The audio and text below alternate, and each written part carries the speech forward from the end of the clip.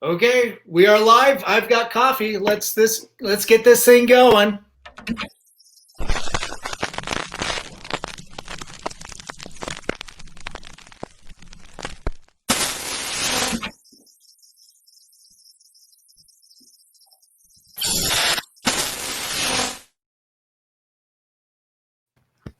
Oh man, hello out there in internet land. This is Dan Crosier. I'm your host of COFOH Live Undead, and I've got an amazing duo tonight, Jimmy Starr and Ron Russell. But first,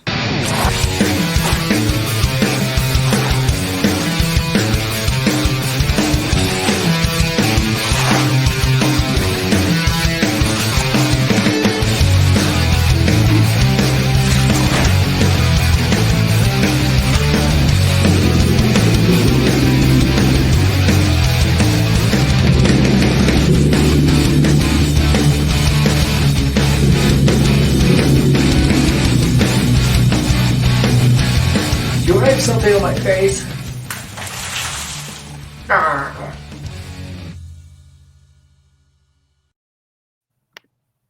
Oh man, Jimmy Starr, Ron Russell, how are you guys? Very well, but you're not so hot. Looks like the strawberry man came all over you. He did. I was very sweet and tasty. It took a village to lick me clean. Well, that sounds like you're in Palm Springs. True. Unfortunately, it's Denver, but maybe I'm in some kind of little weird hub. I don't know. Hello. It's very nice to be here. We want to give a shout out to Angela because she set this up and she's in the chat. Angie, baby. Listen, Angie, you know how much I love you. And again, my sympathy goes to you about your brother. I shouldn't bring it up because we have to move on. I don't believe in going backwards. But Angie, I love you. That's all I want you to know. I love you. Angie is fantastic people, and she's a sweetie pie. Yeah, she brought you into my world, and there you go. Let's see what happens. Let's see what happens. Excellent. So I have sunglasses on because I had eye surgery, so I'm not able to use the lights are very bright and they're hurting my eyes right now. And if you don't treat me well, I'm going to come to Denver and punch you in the face and make you have two black eyes so you'll wear glasses. So it's just a little friendly hello, you motherfucker. Are we allowed to curse? Fuck yeah. Oh, you disgusting fucking mouth on this cocksucker. Could you right? Such a dirty mouth? You know, these guys that have these shows that they curse, they're pathetic. Yeah. They really are sad, these guys that curse. Because we never curse. No, we never curse. I'm above it. I would never say a fucking word. Would never. No, clearly not. You are an angel. It's but it's true. I am one of the cleanest mouthed people in the world. They call me Potty Mouth Ron. I don't know why. I mean, so I let a few fucks slip every once in a while, but that's no big deal. So we're happy to be on. We're happy to be on the Colorado Festival of Horror Live and Undead with the fabulous Daniel Crosier. Oh, you guys are sweet. Oh, he's such a bullshit artist. He can rim he rims everybody. He really does. He's just an ass kissing motherfucker. But anyway, seriously, very family friendly. Oh, yeah. very. Clearly. I told you before we went on there, I said I'm going to make an announcement. I'm divorcing Jimmy Starr, and I want your show to be the first to know about it. I'm leaving him for good in about an hour. We just missed everybody. What happened? Oh, no, here we didn't. That's just something. We did a little freeze frame. Something opened up. Oh, man. Hold on. Well, you know, this is that you that did that? Somebody did it. Somebody took our faces off. Not nice. Nope. I don't know what all these are that are looking good on my end. Oh, can you still see us? Yeah. You're doing the occasional freeze frame thing, but we're still. I don't know why, because I'm hardwired in. We shouldn't be doing that. I'm hardwired in. I don't know what all these windows are that just opened up. All right, let's see if we can get. I don't want to lose him. There we go. Yeah. All right, we're back. You guys got to get off the porn sites. I don't even go on porn sites on this computer Jimmy either. Goes on I make the porns. I do daddy porn. Fantastic! Yeah, I'm famous. That's where I know famous you from. Oh yeah, I'm called Ronnie One Foot. You know, I keep threatening awesome. Jimmy that I threaten him that I'm going to do daddy porn. I could never. Could you imagine my daughters if they ever got a video and they saw me naked doing that shit? I would be so embarrassed. I don't know how, you know, we have we have 3 or 4 dear friends of ours that are ex-great porn stars, you know, famous porn stars. And I asked them, I said, what was it like? And now they say we have regrets because yes, you know, we do have new lovers, husbands, wives, or whatever. Right. And they go, I said, but don't they get off when they watch you like bang 5 guys or something? And she said, no, they don't. They don't like it. I wouldn't they like don't it. like it. So I would never do daddy porn unless they paid me $1 million. Would you do porn for $1 million? Yeah, probably. Cash. I have a lower price point too, so you can probably get away with me doing a lot of different weird shit, you know, for a lot less. First of all, are you married or single? I got an amazing girlfriend that puts up with my shit. She and I actually write and illustrate comic books together. Oh, I love that. Oh, we're in a comic book. Yeah, one. It's called Celebrity Ghost Hunters. Yeah. Do you know who Eileen Shapiro is? I'm sorry? You know Eileen Shapiro, better known as Tits. No, I don't. Oh, Eileen Tits Shapiro, you don't know her? No, anyway, she's in the comic book with us with Kadrosha Ona Carol. We were climbing over an 8-foot chain link fence to get into an insane asylum to look for ghosts. And Eileen is very beautiful with a chest that is the largest natural chest in the history of women. They're not implants. They're just, like I tell people, she turns a corner, they come first, then her.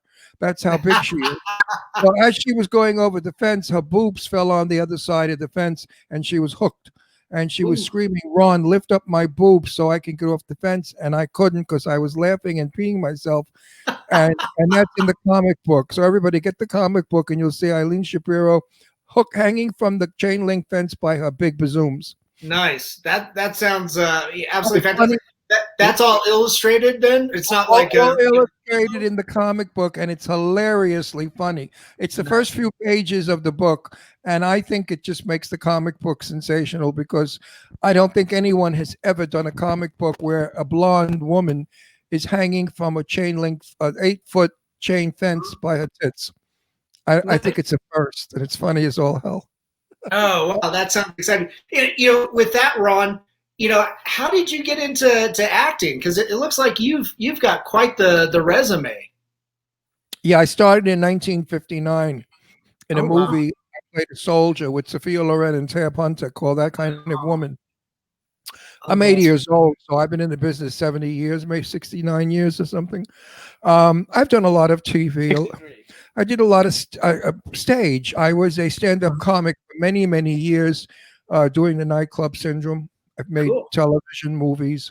I've been in a lot of plays and comedies and stuff. So I've got a pretty good background, body of work. Then my then wife decided she didn't want to be married. She wanted to be a career woman, and she took a powder, and we didn't see her for like 45 years. And then she croaked finally. And I raised my daughters by myself, so I had to stop working in film and go to work and make real money. So I became a very good hairdresser, and I worked in New York City, Sutton Place, and I made a lot of money to raise my children.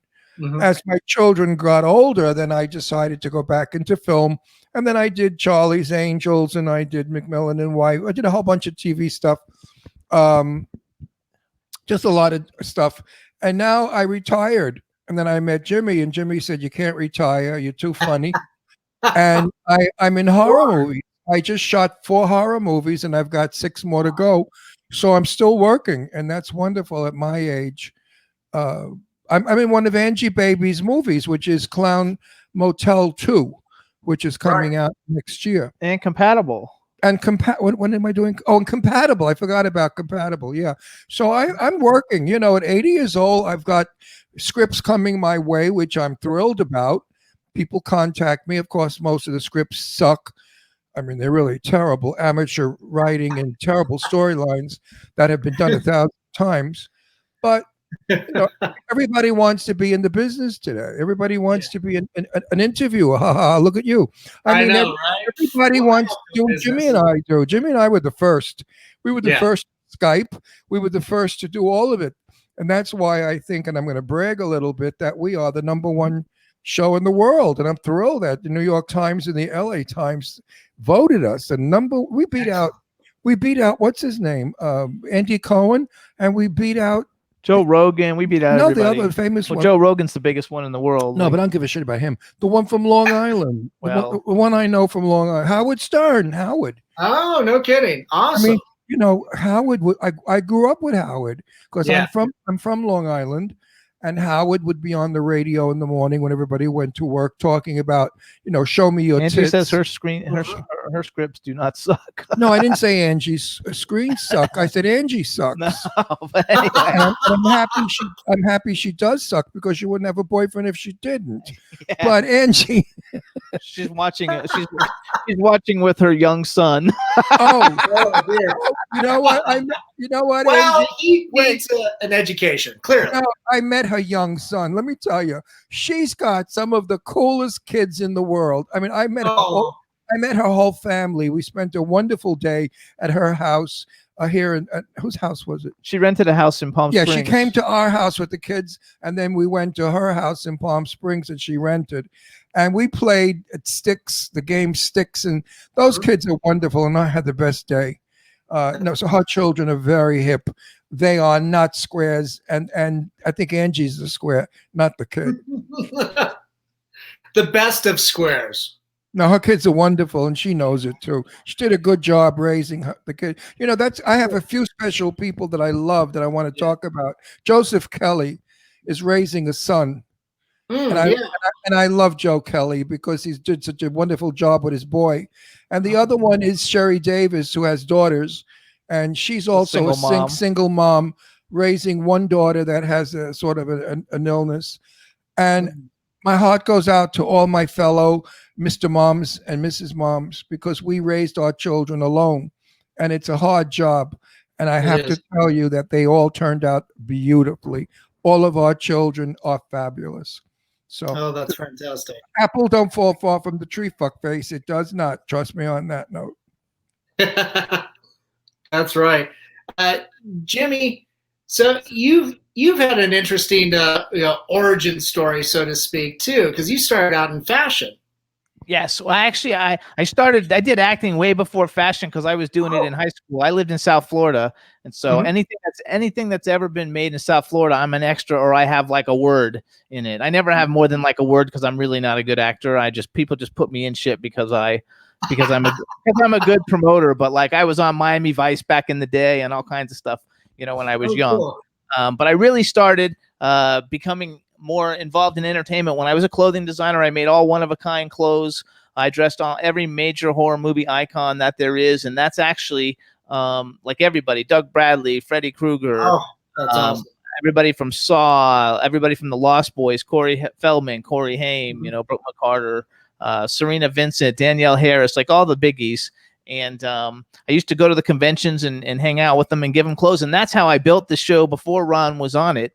I would go and then I would meet the people. Interruption. The show was not what it is today. It was a shitty little radio show out of Florida that nobody even knew about. That's actually incorrect. But we were like the #1 show on the East Coast, and then he came on and we're the #1 show. When I came on, it never was a #1 show on the East Coast. Sure it was. He lies. He makes fake publicity. No, ask Dean. We were in the paper all the time. We had 1 million, like Dean is another liar. Well, we had like 1.5 million viewers, and then when Ron came on, now we have 4.5 million. But we had 1.5 million back then, so we were popular, and we brought in all the different horror people, and we've had everybody from every horror movie because we started it out as a show liking people from the 80s, and then we brought every horror movie show. And I used to do a show called Fright Asylum that would get like 50,000 views a week, and we would do movie reviews. And so we would get all the horror movie people from those shows on. It started out really heavy duty horror, and now we bring horror people on, but primarily the most horror people come on now in September and October because we have Halloween. And I bring on the major stars of yesteryear, the biggies. We had Lainey Kazan, Richard Anderson, to name just the two of the. Richard Anderson, by the way, was Oscar in the Bionic anabolic woman, and Richard was a $6 million man. And 6 million. Richard was a dear friend of mine. Lainey Kazan, who is My Big Fat Greek Wedding, and Oive, My Son is Gay, 2 movies you should see, is a dear friend of mine. So we have a lot of the old timers coming on that I'm still friends with. Makes the show interesting because we satisfy every age. Nice. And we have a lot of perverts that come in, like Dave Hughes in England. He's always mad. He's like, if Sadie Katz comes on, he's jerking off. I mean, he's a pig, but we like him. No, he tells us he's married. He's an old man. He's like 68 years old. No, he's older than that even. He's older than that. He's like, he's in his 70s. He loves all the hot women. He loved it when we recently had Kelly Maroney. He loves Sadie Katz. No, but his favorite was what's her face? Angie Stevenson. Angie Stevenson. He was whacking it off. His wang almost came off. I mean, tomorrow we have Julianne Philpott coming on, which you probably know. Julianne Philpott. She's coming. Oh, Julianne Prescott. I'm sorry, she goes by Prescott. Prescott. She's coming on tomorrow. And all the beautiful, sexy blondes, they come on with their ninnies coming out almost. They do it deliberately. They wear push-up bras, and our show is a lot of fun because I say the things that everybody out there wants to say but doesn't have the guts to say.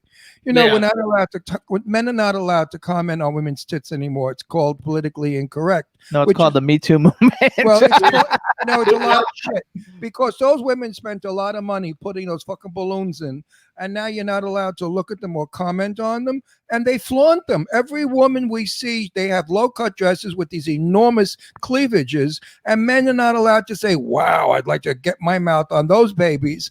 So I say it for them. I don't give a shit. What are you going to do? Put me in jail? Come on, get over it. Now I'm after men showing their crotches.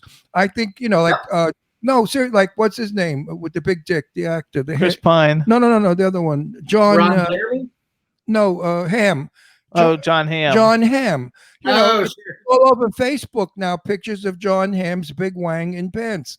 And I think it's nice that we do that we have sexuality again. Otherwise, we're becoming telephone robots. Yeah. Telephone robots. Is that something to an extent too that kind of balances out the female and the male that's what he thinks. Yeah, that's what I'm pushing. Women look at crotches. I don't give a fuck what you say. And I'm Italian, so I got a nice baloney. All right. Sometimes it shows in my slacks. I can't help it. It shows in photographs. Sometimes I'm not aware of it. No, I try to curb it a little if I can. And I get comments on Facebook, wow, boo, So women look at men's crotches. They love to see what you're packing. And men love to look at chicks' boobs to see what they're packing. And you know what? It's nature. It's wonderful to turn each other on. It's very healthy to get your blood pressure up and get an erection when you see a beautiful girl or a beautiful guy. Anyway, that's the olden days when nobody cared. But today, everything is so fucking politically correct. You can't say this, you can't say that. You know what? Go fuck yourself. Don't say anything. Just stay home, go to bed, drop dead. Anyway, Jimmy Star, what do you think? We're kind of doing that anyway because we're stuck in the COVID world. That's right. That's actually true. I know, but we have this wonderful thing called, what is this thing we're on? What is this thing called? StreamYard. No, what is this thing? This plastic computer? Is this a computer? This thing? Yeah, a web show. This is a notebook. No, that's a computer. A laptop. A laptop. That's the word I'm looking for. We have the laptop nowadays, and via the laptop, we could see whatever we want. We have more selection today than ever in the history of entertainment. Right. Yeah. So hang out those knockers, girls and boys. Hang them out. So much porn to stream. No, it's not porn. When Sherry Davis, who I love and adore and think is the most gorgeous woman in the world, shows her magnificent bosoms, it's not porn. It's not vulgar. It's actual, like you want to get your head and just rest them in her cleavage. You want to just put your cheeks to her tits because they're like motherly. I can't explain it in a sexy way. Now, Eileen Shapiro, well, her tits are so big, you could use them for a chaise lounge. I mean, you could lay on her tits full body and you're on her bosoms. Very practical uses. I mean, her boobs are bigger than anything you ever saw in your life. So let's although Angie Baby's right there. I have to check one day and see if Angie's knockers are as big as Eileen's knockers. Because Angie Baby is packing some motherfuckers. Oh, She's got two guitars or Nice. mandolins. They're guitars, I think. She's got 2 guitars hanging. I'm sure she could comment on that in a second. Yes. Yeah, I mean, you also have a career as a publicist too. Yes, with Eileen Shapiro, the lady with the big boobs. We own World. Eileen Tits Shapiro. We own World Star PR. We're Is she in the chat room? No. Eileen, why not? We're the #1 entertainment PR company in the world, and we work with all kinds of cool people. Lots of people in horror, lots of people in music. We do movies, we rep films, authors, everything pretty much that you could do, and we do a great job. People love working with us, and we love all the cool clients that we've got. Fly is in here. I know. Right in my ear. Do you ever have a fly in your ear? Ugh. Oh yeah. Horrible. You need a fly swatter? We No, need to do a gag. I'm going to use my dick as a bat. Well, you probably could. And when the fly comes by, just clomb it. Be careful. Don't give yourself a concussion. Yeah. Never happened. Never happened. That baby's unbreakable. So wait, though, this is a horror movie podcast. Okay, so let's talk about horror movies. I'm in horror movies. I'm in scary movies. Yeah. Very scary movies. You were mentioning that you're in all these horror movies. Obviously, with Angela and Joseph's Clown Motel 2. Yes, that's coming out, and then Compatible. But you've got a few more. I don't play monsters. I play cops and gangsters always. I'm always cast. Although in Clown Motel 2, I play General Milan. I'm the head of the army, and I get the guys together to go out and rescue. No, you can't tell what you. Well, anyway, the general. I'm a general, and I have. I thought we were going to have an exclusive. Well, it's no big deal. I just help everybody in the movie. So I play a general. I played a cop in another movie. I got killed in that one by a monster that comes out of the river, and Croaker, and it soaks your soul out of your body and puts it in a jar. Wow. Well, that's weird. And then my favorite role I played is coming out soon, and it's the big friggin' rat. And I play Paulie. Paulie is an illiterate Brooklyn Guinea gangster who is up in a log cabin with 2 other mafiosos to chop up a squealer who squeals. No, you're telling stuff you can't tell. Oh, I can't say that. It's called Big Freaking Rat. NDA in play, huh? Yeah, there's all kinds of stuff. I believe in coming attractions. People will forget what I'm saying. Nobody remembers this shit. Doesn't matter. You can't do it. Anyway, it's a good part. Excellent role. Coming up, I have another movie that I'm playing. Either a gangster or a cop. I'm not sure. There's 2 parts given me. I have to choose, and that's about slavery, white slavery. No, human trafficking. Well, same thing. White slavery. Not the same thing. And then I have another one coming up where I play a father to Sherry Davis, Sadie Katz, and I think I have another daughter. There's 3 daughters. I don't know because they haven't finalized. I forgot who that's Bailey's film. Dave Bailey. Dave Bailey's film. And then I have another one. Never do I play. I want to be in Churchill's film playing a vampire, but he won't cast me. They only cast me as cops and gangsters. I would love to play some horrible monster. That really is gory and disgusting. Like Joe Castro, the marvelous Joe Castro. He's a Do you know Joe Castro? I know of him. Okay. Well, you should know of him. I'm sure she'll be putting him on here. Because he's got a reputation that goes bigger than what's his name, Baker from Universal Studios. Joe Castro makes the most disgusting, horrific, ugly, drippy, slimy, disgusting, toothy, red-eyed creatures you ever want to see. Nice. His work is revolting. I really think he's insane because a normal person could never have that sort of talent to make those horrible monsters. Sometimes I think Joe Castro is an extraterrestrial and he's here disguised as Joe Castro. And when he makes those monsters, they're his relatives on the planet Mars. Nice. So they're practically family portraits. Yes. Absolutely. His work is brilliant. He's a sweetheart of a guy. I love him. but his That's work. awesome. Yeah, I Brilliant. saw him on your show. I think a little while ago. Yeah, about a while about a back. month ago. Yeah. Yeah. The Yeah. first, when we shot the big friggin' rat, I saw the rat, and it was in the studio, and it was dark, and the rat was there, and I looked at it, and I said, "Oh my God, is that thing frightening?" It's going to be a wonderful movie because the rat doesn't look like a paper mache rat with a man in it. It looks like a real rat the size of a Volkswagen. Ooh. I mean, it's really a spooky, spooky movie. And I can't wait. I can't wait to see it either. I shot it, but we don't do rushes anymore. Those days are over. Yeah. So I have no idea what the film, but that's one premiere I want to go to. And of course, Clown Fear 2. Mm-hmm. You know, Clown Motel 2. I mean, Clown Motel 2 was a campy. One was a campy movie. I went to see it with Jimmy, and I thought to Jimmy, I said, "That's how we met Angela." Yeah, I said, this film is really bad, but it was wonderful. It was so bad that it was great, and I loved it. I loved it because it was like Killer Tomatoes or Killer Clowns from Outer Space. But a good B movie. But wait a minute. But Clown 2, Motel 2, they tightened it up, and I think it's going to be a very good horror movie. Not so campy. I haven't seen that either yet, but I think it's going to be more of a scary movie than a campy movie.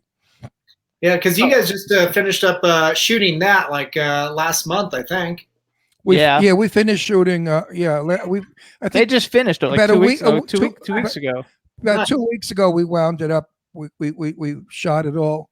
That should be coming out when Christmas? No, and Halloween? When? No, next year. Next year, Halloween. Yeah. No, it'll come out before then. Yeah, what's it like to be on set?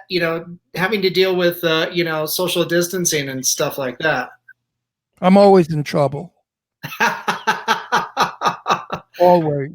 Always the constant with you, huh, Ron? Lionsgate sends their agents in to fire me and to kill me and to shoot me because Lionsgate, when they years ago, a studio ran a film, and the director sometimes had clout over the studio. Today, the director hasn't any clout. It's the investor. And if you want your film to go out Lionsgate, you have to kiss Lionsgate's ass. And you have to do everything Lionsgate wants you to do. And that's letter perfect. No ad-libbing, no, don't do drama. Everything has to be what they want. And that's not how I work. When we were shooting Clown Motel 2, there was a scene where we were knocking on the door for Joe Kelly. No, you can't tell stuff. A little scene like that doesn't mean the fucking thing. No, they wrote a big thing all over Facebook. Quit talking about it. There's everybody, but everything everybody's saying, everybody's going to know the whole movie. Nobody's going to go see it. There's a big. I'll go see it. Facebook, I really want to divorce this motherfucker. I know, but that's just you can't tell stuff. You sign NDAs, and then like everybody, you don't answer your phone, so everybody calls me about it. That was just a little bit of nothing I was going to say. I know, but it doesn't matter. Anyway, I love this. I can fish anything out of you. Listen, I improvised. Okay, it wasn't in what I did wasn't in the script, and I improvised, and they loved it. Nice. And I said to them, "Listen, you hire me as an actor, or you hire me as a line reader. I'm not a line reader. I don't stand there without emotion, without scratching my ass and read lines. I liked, in one movie, I was picking my nose when I was on the phone with a detective in my office. And, that's what we do. I had my feet up on the desk. It was in Croker. I had my feet up on the desk, and as the guy's talking, I picked a little winner out, rolled it up, and threw it on the floor. And nice. that made it wonderful. And you know what? The kids love that. Yeah. When the kids see that, the 10-year-olds, they go, "Oh my God, look, he's got a booger," and they want to run it back. So you have to let the veteran actor who has the experience to know what makes a film happen. Yeah. So sometimes that nuance and that spontaneity is all that it takes. Yeah, but I get in trouble because I don't remember lines well because I'm old. I forget my lines. So Jimmy, now we have a little thing I put in my ear, a little plug, and Jimmy reads me my lines so I can go right through it beautifully, which is a pleasure because I don't have to worry. Also, what's his name does it because the famous movie actor. What's his name? Marlon Brando. Oh, he has a plug. No, the young one, the one, Everybody uses the them. pirate. Johnny Depp. Johnny Depp doesn't. Oh yeah, he does that too. I think he picked that up from Brando because Brando would famously never learn his lines. No, and neither does De Niro or Pacino. Nobody. Listen, Meryl Streep has trouble. Nobody my age can remember lines. I don't give a shit who you are. Yeah, Maybe a little bit, but if you're given, 7, 8 lines, it's very difficult. right. And a lot of times, I was in one movie. I forgot what movie it was, and the line was not a Brooklyn gangster line. It was kind of a California faggy line. It was a very gay line. I didn't care. It didn't come out right. And I said, let's do it differently. And they said, why? And I said, because I'm from Brooklyn. And if you spoke this way, they'd beat the shit out of you. Yeah. People would punch you in the face and say, what are you talking, like an Englishman? So we changed it. Nice. But I feel that I work for the best of the film. I work hard because it's hard for me now at this age. When I was young, I used to remember 10, 12 pages with no problem. Right. I work very hard to make the film as good as it can be, to bring my age to the film, my character and my age to the film. I enjoy it, but I do get in trouble a lot. Yeah. Well, I mean, you wouldn't jump into it and do it if you didn't enjoy it. And the fact that I'm at a point in my life where I don't give a shit. I'm not winning an Oscar. I'm not getting an Emmy. Actually, you don't know that. Well, so far, no. Yeah. So if they fired me, you know something.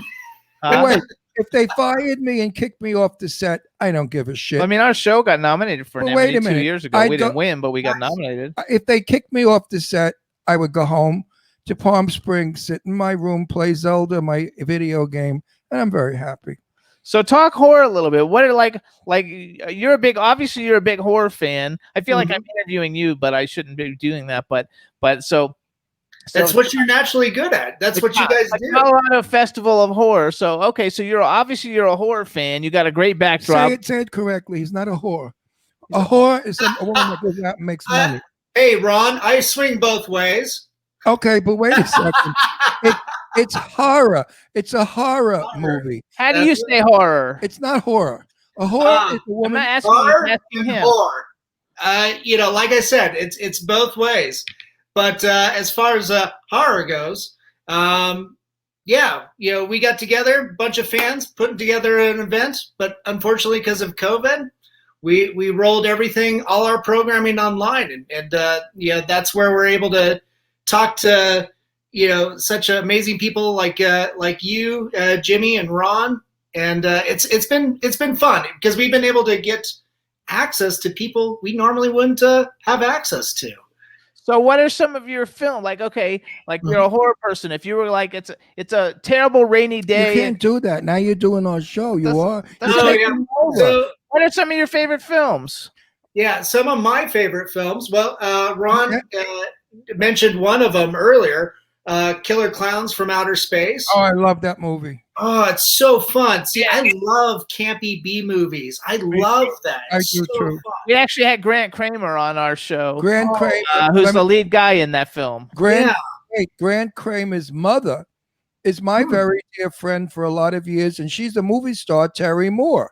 Terry Moore was in Mighty Joe Young when she was a young girl.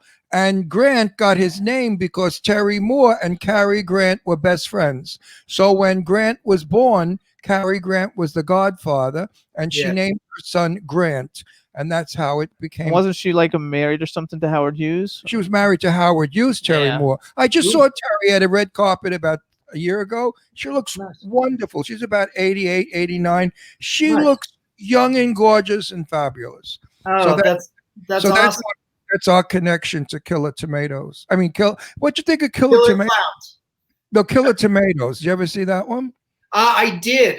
It's been a really long time for me seeing that. I think I saw Return of the Killer Tomatoes, the one with George Clooney when he was a young kid. Right. And, but it's been a long time since I've seen the original.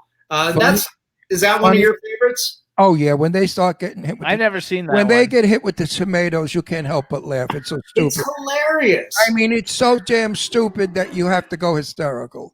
I mean, They- I love that campy kind of spoofy stuff. Yeah.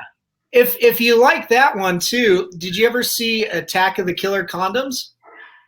Condoms, killer condoms. That's a for real movie?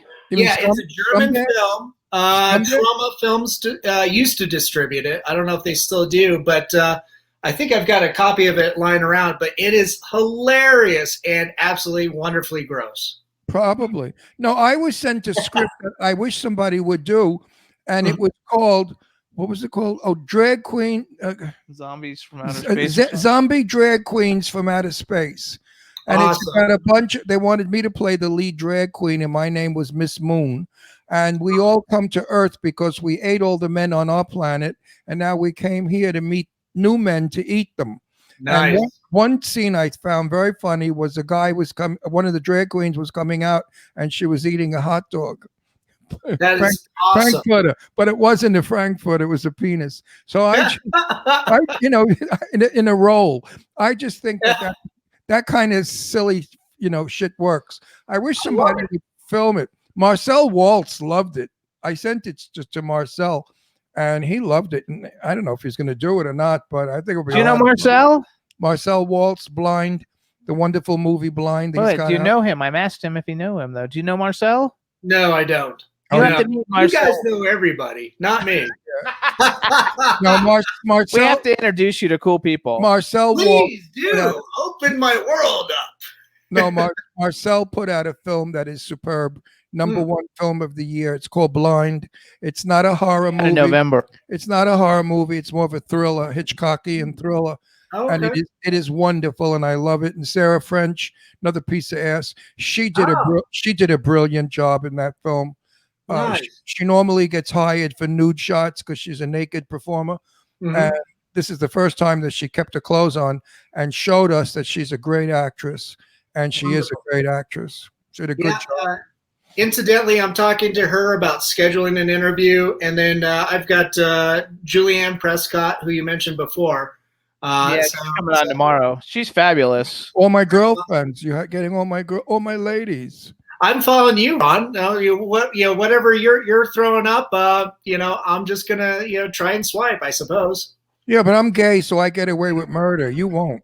No, that's true. No murder for me. If you comment how beautiful their tits are, they'll never talk to you again. Yeah, you get like Me Too in trouble. He doesn't because he's 80 years old and totally gay. Yeah, I 80 years old has nothing to do with it, Rosie. The age has nothing to do with it. It's the fact that they know that I love their beauty and that I find bosoms to be the most beautiful thing in the world. I'm not all gay, Yeah. Ron, you mentioned earlier that you're having trouble with your eyes due to a procedure and everything. How are you holding up right now? Is it too bright in there, or are you okay? Well, let's put it this way. I don't see you. You're blue. I see a blue face. Yeah, but he is blue. Oh, is he I blue? am kind of blue with the light I put on here to look like mood lighting. I see teeth with a beard, smiling blue. That's all I am. 3 days ago, I had this eye, the cataract, removed from the left eye. And that's why sunglasses, because the bright lights of the studio are disturbing my eye. I'm not trying to look like Gloria Swanson, How did you become? Because now you look like a Smurf, though. You weren't blue before when we started. Well, I've got a blue light going, and I always keep the outdoor, the window open. So right now the sun's going down. So okay. So you're becoming more blue. There was a joke. You look like a Smurf. Yeah, I'm more natural. I'm a little bit more believable than the Avatar creatures, just mildly. Yeah. There was an old joke years ago by a fabulous comedian. She was a Jewish woman from Brooklyn, and her name was Belle Barth. And her joke was, I'm watching the sun go down as the father is disapproving. You got to think of it. A think joke. I'm watching the sun go down as the father is disapproving. Yeah. I'm not even. I didn't know. You didn't even get it. You're so stupid. Anyway, so going back to the blue. Well, there goes the divorce. No, going back to the blue, like Avatar. You mentioned Avatar. Did you see the movie Don't Breathe? Yeah. I know I saw it. That's the guy about the blind guy living in the house, and the people come and try and rob him. Yeah, Stephen Lang, who is Stephen in Lang. Stephen is a darling person. We know him. We love him. Oh, that's great. I danced with Stephen. We were at a thing up in New York State, up in I forgot where, but we were at a movie festival, and Stephen was there, and we were sitting and talking, and he was really nice. And I said to him, I said, you're really very gay friendly, and I like that. And he said, oh, my wife is a designer. We know many gay people. Nice. I said, so would you dance with me? And he said, yeah. And we got up and we started dancing cheek to cheek. So, I mean, that's so sweet. He's a straight guy. He's not afraid of being thought of as gay. And it was just so sweet of him to do that. We did it as a joke. It was photographed and we used it for publicity. But Stephen Lang is a brilliant, brilliant actor. Nice. One of the nicest human beings I have the pleasure of knowing. And that Don't Breathe movie was awesome. And he was one. And he's the Avatar. He's the bad Colonel Miles Quaritch in Avatar. But he was wonderful in that film. He's a wonderful people make wonderful actors. I found that to be all of the legends that I knew. I knew Lauren Bacall, Jane Russell. Well, Jane Russell was never a great actress. She was more of a sex symbol. But Lauren Bacall was a wonderful actress, and they're wonderful as people. Lauren Bacall is Humphrey Bogart's wife. Yeah. And I find that when the person is wonderful, the acting is wonderful as well. Nice. Glenn Ford was a nice person, pardon me, who was a good actor. Betty Davis, who I knew well, was a character. I mean, Betty was a movie just knowing her for 10 minutes, and a wonderful actress. So I believe that we carry our personalities over into the film. Yeah, most definitely. Whether it's that spontaneity, or nuance, or you got to put yourself in it. Look at Cary Grant. Cary Grant played Cary Grant all the time. He never played anybody else, and we loved it. We couldn't wait to see a Cary Grant movie. Right. So it's either you have it or you don't. A lot of young people say to me, Ron, how do I get in the movies? What do I do? What do I need to know? And I tell them, you either have it or you haven't. The camera either loves you or it doesn't. And if it doesn't, get a job in a bakery or, go sell whatever, cars. Or work behind the scenes. Yeah, because the camera has to love what you're all about. You have to have personality. Right. Yeah, definitely. Yeah, there's got to be some kind of content in front of the camera, whether it's scripted or well performed or some kind of spontaneous act. Yeah. Speaking of blue people too, you guys know my friend the Enigma. Yes, Jimmy does. He said I never met him. I did meet that man.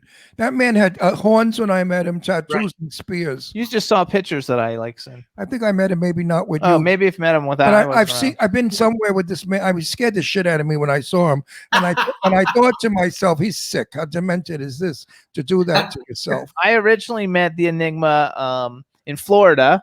Many years, I'm talking like 15, 20 years ago, at Spooky Empire, which is one of the best horror conventions in the whole country. And he was there. He was fabulous. I was a clothing designer. I gave him some clothes. We took pictures. We hung out. We went to Halloween Horror Nights together. He's very, very cool. And he has, he was on the X-Files. Yep. And so I actually have his X-Files little figure that he signed for me in the package, never opened in the package, because I collect action figures and superheroes and horror movie collectibles. And so he was great. He was a lot of fun, and I've seen him many, many times since. Nice. We've seen him many times. But Lance Henriksen's my favorite, though. If I could pick anybody, he's my absolute favorite. We were just watching Pumpkinhead. Just before I got on here, Elise, my girlfriend, was saying she never seen it, even though we've sat down and watched it like 3 times together. I totally want the 18-inch Pumpkinhead action figure, but it's really expensive. Oh, no. I would totally like to have it. I had a chance to buy it one time for $100, and I didn't buy it, which upset me. And now it's like $300. Oh, geez. Is that the one from McFarlane Toys? Yeah, but it's a really big one, like 18 one. But Lance Henriksen, he was in Alien, and he's another one. He was on our show back in the day. And he was in. So he actually makes the alien tiles. They're ceramic tiles with the alien monster on them. He doesn't sell them. He just makes them. And then once in a while, he gives them away. Like if you go on eBay, they're like thousands of dollars. And he gave me one of them. And he signed the back. It says, "Jimmy Star, you're the coolest fucker ever." And he signed it. And yeah, but Jimmy gave me $50 to do that. No, I didn't, because the tile's worth thousands of dollars. It's like my my two horror movie prized possessions are my Alien tile, and I also have a Clive Barker book, Aberrat, where he actually wrote inside of it and did a one-of-a-kind drawing in the cover of it for me when he gave it to me.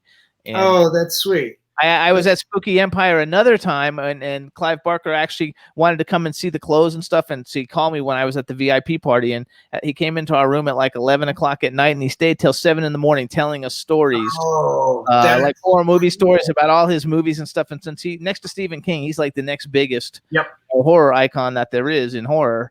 And he was very, very cool. So it was one of like the greatest experiences ever for me for horror wise. Yeah, Enigma used to tell me that he was good friends with Clive Barker's partner, and was introduced to Clive Barker, and he had nothing but nice things to say. And then a couple of years ago, that Project Greenlight. Yep.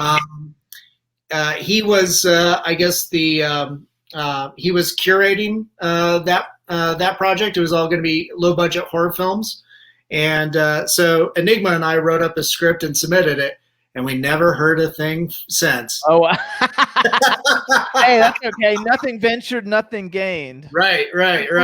That's what they do today. Years ago, they would write a beautiful, polite letter. Thank you so much for your script, but it's not what we're using right now. We will contact you when we decide to. In other words, fuck you, fuck you. You no, they don't even give Nowadays, they don't even answer you. You send a script and they throw it in the garbage, and you don't know whether they like it or not. I'm still old-fashioned. Every script, and I get quite a few scripts that come into my email. I read the first 3-4 pages, and I know immediately if it's going to go nowhere. And I write a nice note back.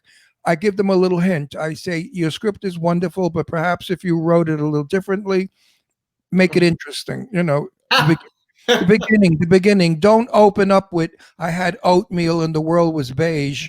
That's not going to go anywhere. That's pretty blasé. Yeah, you know what I mean? Don't make it so vanilla. So they listen, they'll contact me back and say, Ron, thank you so much. How should I open my script? And I write, open it where I want to read more. That's right. Use your brain. Use your fucking brain. You call yourself a screenwriter. Well, be a screenwriter. Make me want to continue. You're sending me a lot of pages. Sometimes they send me 100 pages, which I'm not reading. But I mean, it's ridiculous. Do you have a favorite horror movie actor? Let's see here. You're doing I don't ask that on our show. Yes, you do. I never ask. It's a roundabout way, Muddy Cone. Okay, but that's okay. I think one of my favorites is Brad Dourif. He was in Dune and Chucky. Yeah, we had his daughter on our show when she was in the Chucky movie. I think she's in 2 of them maybe, but when she was in the first one, she came on. Fiona Dourif is her name. Oh, nice. Yeah, I've seen him in a lot of horror movies, but whenever he's on like a David Lynch film, it seems like he's able to play a little bit more, be a little bit more nuanced. Right. And I absolutely love that. Ron, you were talking about how you want to get in on a scene and do it your way. And no, don't ever say that. I'll never work again. Oh, okay. No, I don't want. I don't want to do it my way. Right. But I was on. I shouldn't say this. Well, Rock Hudson's dead, and he won't mind. When on McMillan and Wife, Rock was shooting down on the pier where I was working. I was a dock worker, and that was me. And Rock didn't, Roy or Rock Hudson, whatever you want to call him. He liked Roy by people who knew him, and he wasn't happy with a line. So we had script girls in those movies. Today they don't have script girls. And he said to the script girl, "I'm not happy with this line. It's a little effeminate for me. Could we change it?" And they changed it. Rock Hudson protected his sexuality. Yeah. And he was a 6'5", gorgeous hunk of baritone man, one of the most magnificent human beings I've ever seen in my life. He was breathtakingly gorgeous. And he was butch, and he wanted to be manly. He never wanted to be, yet off camera, he was effeminate. Believe it or not, Rock Hudson was light in the loafers. He was laughy and gay and kind of, not the Rock you saw on film. So sometimes you have to say the line doesn't fit the character. Right. The writer got tired, or maybe had a ham sandwich and forgot what he was writing. You don't know. You don't know. Right. It's up to a good actor not to rearrange, not to reconstruct, not to go against the director. Never, never, never do you go against your director. You're in trouble. But you have to say to your director or somebody, the line doesn't work. Could we try it this way? And if you do that and say, could we try it this way? Only a moron asshole director would say no. Then you know never to work for that jerk again. But a good director will say, okay, let's see what you could do with it. Alfred Hitchcock did this. Alfred Hitchcock gave you a script, but you never had to learn it. You improvised it. You do what you felt was right. And it worked beautifully because Alfred Hitchcock is one of the most famous and the best directors we've ever had. Yeah. Don't go on a set thinking you're going to change it, and don't be demanding, and don't say, I refuse to do this line, because they'll say, fuck you, and you're fired. Just suggest, like, maybe we could, the line's not happening. It's not working. Yeah. As I said, in Croker, I forgot the line, but there was a line they gave me, and I said, this sounds like some faggot in Pittsburgh, a Pittsburgh faggot. It doesn't sound like a Brooklyn cop. Yeah. And the director looked at me, he said, well, what does a Pittsburgh faggot sound like? And I wanted to say, well, you, but I couldn't because he was straight anyway. But, Brooklyn people, we have a way of just connecting words. We have a way of abbreviating, and we do a lot of expressions more than words. We could do, like, another thing in acting, don't always read your lines. It's okay to go, oh, that says a lot. If you go, oh is better than, oh, I'm shocked. Okay? Yeah. So if the line is, oh, I'm shocked, that's gay. That's faggoty. Just do, oh. By the way, you can't use that word. He can use it because he's gay, just so you know. Well, so don't you repeat that. He can't. Oh, I know. I've got a lot of gay friends. Okay. Come on, please. Yeah, that's fine. I don't believe in that shit. I know, but... Oh, please, we don't mean it. It's not malice. It's not malice. It's part of the gay world. Oh, please. Listen, I have black friends. They call each other, you know what? I mean, let's get over this shit about everybody's insulted. It's no offense. It's cute. Faggot is a cute word. I like being called but people don't like it. Well, fuck them that don't like it. They're so worried. Meanwhile, privately, they say to each other, that fucking fag, the fag next door. Come on, give me that bullshit. They're all publicly, they're all politically correct. Meanwhile, in private, they say everything derogatory about everybody. It's called they're full of shit and they're phonies, and I hate people like that. Tell it like it is. You know what? When you tell it like it is, I know who I'm dealing with. And let me be the one. Let me deal with it. Let me decide whether it's proper or not. Don't you fucking dictate to me that the word faggot is improper. It's not improper for you. It's not improper for anyone. As Straight long as you people don't can't use it. No, don't say I hate fucking faggots. That I don't care for, because that's the word hate before it. But if you say Ron Russell is such a faggot and then you laugh, that's okay, because I am a faggot. Teresa's in the chat room too. She's not Teresa. Teresa Sabin from Florida. Hey, Teresa, how are you? Anyway, I'm so sick of this. Not getting any of the comments coming through, it looks like. So, not sure why. I can send stuff out, but can't. That's okay, because I'm watching the chat on my phone as we go along. So I'm making. You know what? So with quarantine, is there any films or TV shows that you guys have just been absorbing? Junk. He's Junk? tired of everything. Yeah. I mean, the shit they put on television is pathetic. I love to watch. We have a station here in Palm Springs, Channel 14. I watch Perry Mason with Raymond Burr. I watch Carol Burnett's show. I watch all the old TV. It's called TV something. I don't know. Me TV or something. Me TV. I binged Cobra Kai. I thought it was awesome. Cool. I like The Boys a lot. Now that horror movies are going to be out, I'll watch a lot of horror movies from now till October because they're going to let us have a bunch of them, and so we'll get to see a lot of new ones. And I don't like horror movies. I find them very boring. I really do. I find them very, very poorly done.